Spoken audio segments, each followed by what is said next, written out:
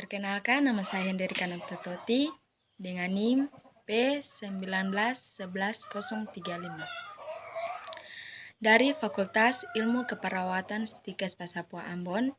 Di sini saya akan memberikan sedikit penyuluhan mengenai penyakit katarak. Mengapa saya mengambil topik bahasan tentang penyakit katarak? Karena menurut saya, mata merupakan organ tubuh paling penting bagi manusia. Tanpa mata, kita tidak bisa melihat semua keindahan alam yang ada di dunia ini. Pengertian katarak. Katarak adalah kekeruhan pada lensa mata. Dapat terjadi pada salah satu mata atau kedua mata. Katarak juga dapat menyebabkan kebutaan.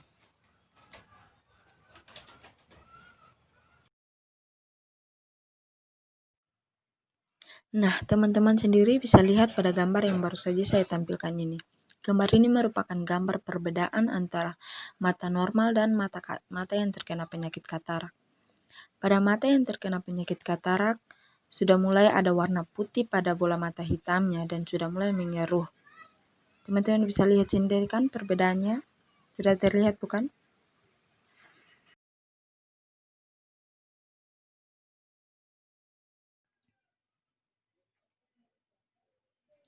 Nah, teman-teman bisa lihat sendiri pada gambar yang baru saya tampilkan lagi, yaitu di mana terdapat dua bola mata. Yang satunya lensa mata yang normal, jernih, dan yang satunya lagi lensa keruh karena katarak. Di situ terdapat jelas penjelasannya di bawah, yaitu kekeruhan lensa mata yang terjadi bila penambahan cairan di antara serabut lensa dan denaturasi protein menuju lensa keruh, kemudian menghalangi sinar masuk ke dalam mata dan mengakibatkan penglihatan kabur.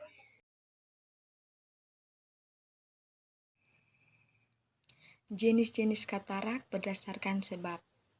Yang pertama, katarak karena usia lanjut. Sebagian besar katarak terjadi karena proses penuaan. Yang kedua, katarak kongenital, yaitu katarak yang terjadi sejak lahir. Yang ketiga, katarak yang disebabkan karena penyakit metabolik. Yaitu katarak yang terjadi karena adanya penyakit metabolik lain, misalnya diabetes mellitus atau kencing manis. Yang keempat, katarak traumatika. Katarak yang terjadi karena trauma pada mata.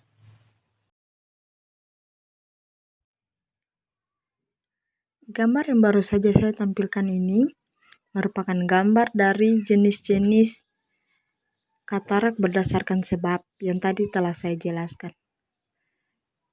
Begitu terlihat kan perbedaan antara setiap mata dengan berbagai sebab. Golongan berisiko katarak. Yang pertama, penderita kencing manis dan dengan gula darah tidak terkontrol. Mengapa dikatakan demikian? Karena kandungan gula dalam darah menjadikan lensa mata kurang kenyal dan membentuk katarak. Yang kedua, orang dewasa yang berusia 60 tahun ke atas. Katarak merupakan suatu proses akibat usia yang lanjut. Yang ketiga, bayi baru lahir dan anak yang ibunya menderita rubella dan toksoplasma selama hamil.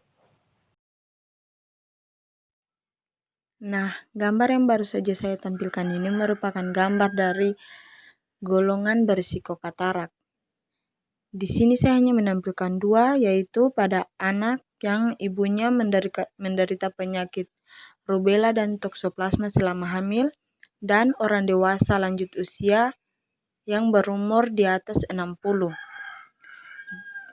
di mana orang lanjut usia sudah mengalami katarak stadium lanjut.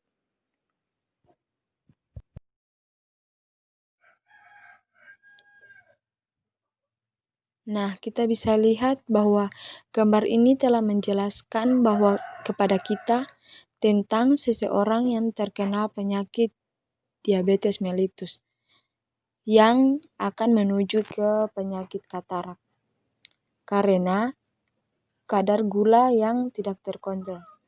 Jadi, jika kita mengalami penyakit diabetes mellitus, kita harus mengontrol dengan baik kadar gula dalam tubuh kita agar selalu normal.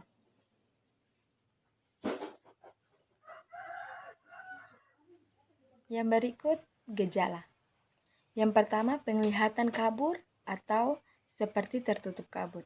Yang kedua, penglihatan silau karena cahaya lampu atau matahari.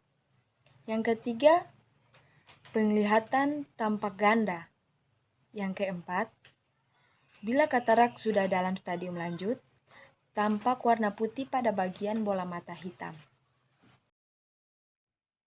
Gambar ini merupakan gambar dari gejala-gejala penyakit katarak yang tadi telah saya jelaskan. Bahwa ketika kita mengalami penyakit katarak, penglihatan kita akan kabur seperti tertutup kabut, penglihatan ganda. Jadi jika teman-teman ada yang mengalami gejala seperti itu, segera periksa ke dokter agar dokter bisa dengan cepat menangani.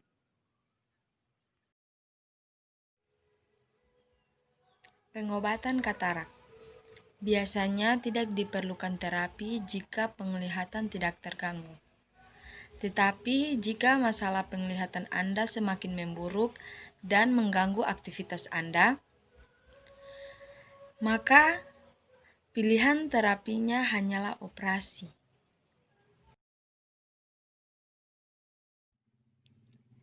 Gambar ini menunjukkan kepada kita tentang seseorang yang telah mengalami katarak stadium lanjut, di mana katarak sudah semakin memburuk dan mengganggu aktivitas.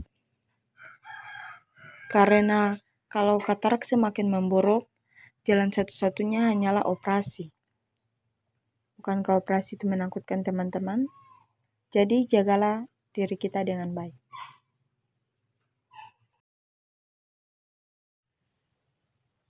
Pengobatan rumahan. Yang pertama, pergi ke dokter jika masalah penglihatan mengganggu aktivitas Anda.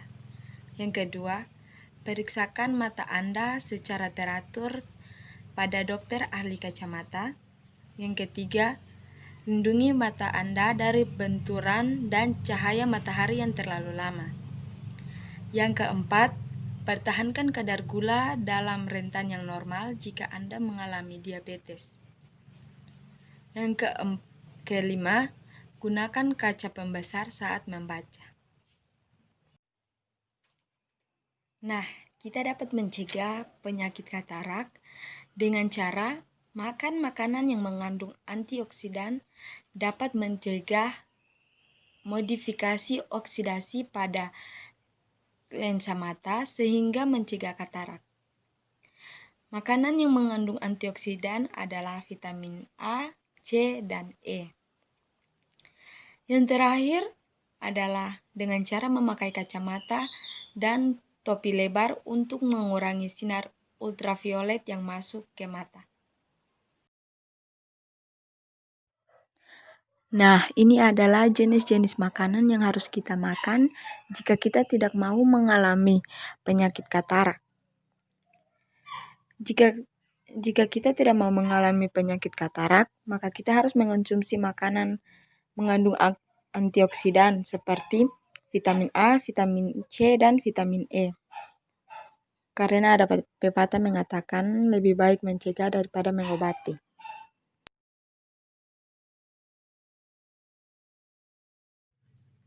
Dan juga jangan lupa pakai kacamata untuk melindungi mata kita dari sinar matahari yang terlalu lama. Nah, bagaimana teman-teman? Sudah tahu kan akibatnya jika kita tidak menjaga tubuh kita dengan baik, terlebih khusus mata kita. Karena kalau kita tidak menjaga mata kita dengan baik, maka akan berakibat fatal bagi kita. Itu saja penyuluhan tentang penyakit katarak yang bisa saya sampaikan. Semoga bermanfaat.